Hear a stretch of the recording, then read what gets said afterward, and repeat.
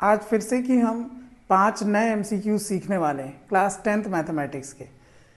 तो question number 1, if the distance between the points 3-5 and x-5 is 15 units, मतलब कि ये दो पॉइंट के बीच का डिस्टेंस दिया है 15, ठीक है।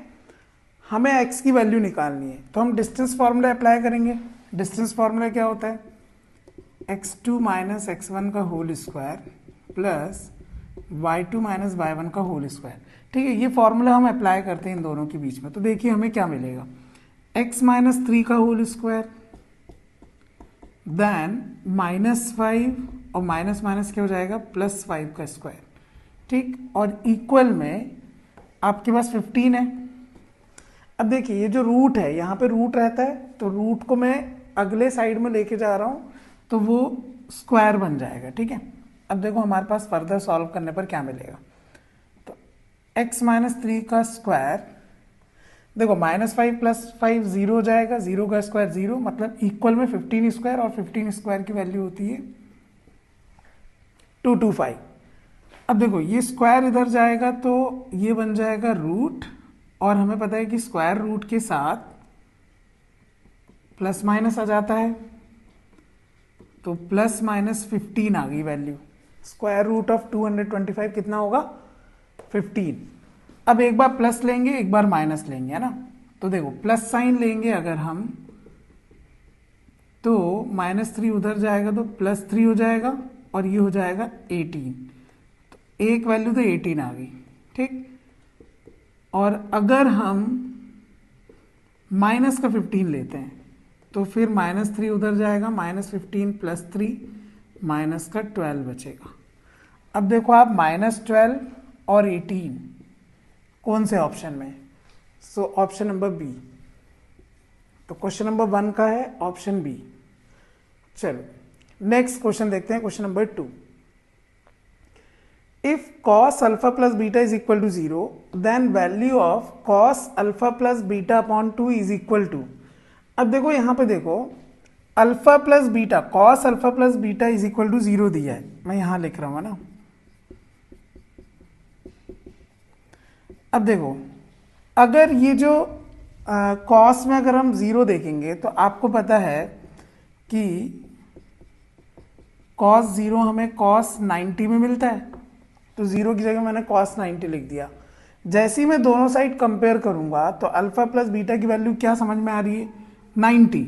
अल्फा प्लस बीटा की वैल्यू क्या आ रही है? 90। अब देखो यहां पे मैं रख दूंगा, क्योंकि मुझे क्या निकालना है? cos alpha plus beta upon 2। तो cos अल्फा प्लस बीटा की वैल्यू कितनी आई? 90। सो 90 अपॉन 2, मतलब कि ये हो जाएगा cos 45, और cos 45 की वैल्यू क्या होती है? 1/√2। तो ये होगा ऑप्शन नंबर ए। बढ़ते हैं अगले क्वेश्चन की ओर। A solid sphere is cut into 2 hemispheres. एक स्फीयर को कट करके 2 हेमिस्फीयर में कट कर दिया गया ना, एक स्फीयर को 2 हेमिस्फीयर में कट कर दिया गया। The ratio of the surface areas of sphere, अब हमें रेशियो बताना है। काय का रेशियो बताना है?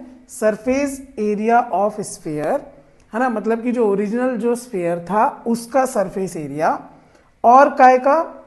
और that of 2 hemispheres taken together, है ना। तो देखो, तो जो आपका जो स्फीयर था उसका सरफेस एरिया क्या होगा? 4πr²। अब हम बात करते हैं हेमिस्फीयर की। हेमिस्फीयर में सरफेस एरिया क्या होगा? 3πr²। और क्योंकि 2 हेमिस्फीयर्स में कट हुए हैं तो दोनों का सरफेस एरिया क्या हो जाएगा? 3πr², 3πr²। अब देखो 4πr² अपॉन ये हो जाएगा 6πr², ये पूरा कैंसिल, 4/6 बचा। 2 से 4 2 बार में कटेगा, और 6 3 बार में कटेगा, मतलब क्या मिल रहा है? 2/3, मतलब क्या आंसर आया? 2:3। तो ये होगा ऑप्शन नंबर सी, 2:3।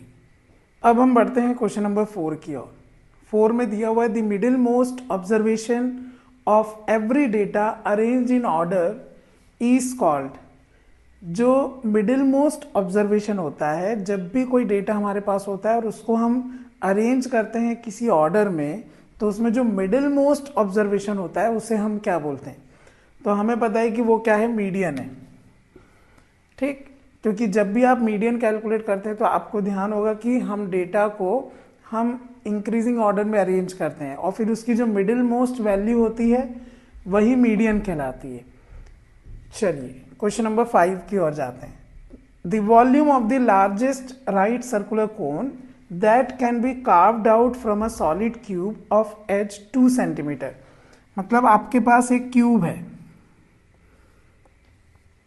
मान लीजिए ये क्यूब है। अब इस क्यूब की जो एज है वो कितनी है, 2 सेंटीमीटर की। अब इसमें से हमें एक कोन, देखिए क्या लिखा है, the volume of the largest right circular कोन। हमें इसमें से एक कोन जो है वो हमें कट आउट करना है, वो भी सबसे बड़ा कोन।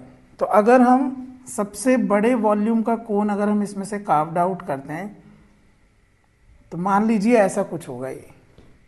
अब ये जो कोन इसमें से हम कार्व्ड आउट करेंगे तो इस कोन की हाइट क्या होगी, ये हाइट है,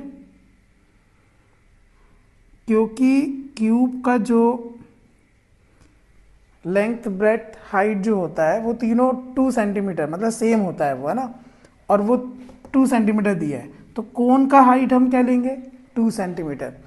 अब देखिए ये पूरा जो है ये 2 सेंटीमीटर का है तो रेडियस कितना होगा, 2 का हाफ मतलब 1, मतलब कोन का रेडियस जो है वो कितना होगा, 1 सेंटीमीटर। ठीक है, हाइट 2 सेंटीमीटर होगा, रेडियस 1 सेंटीमीटर होगा। अब हमें वॉल्यूम निकालना है। ठीक, सिंपल है बहुत, है ना। तो देखिए वॉल्यूम ऑफ कोन का फॉर्मूला क्या होता है, 1/3 पाई आर स्क्वायर एच।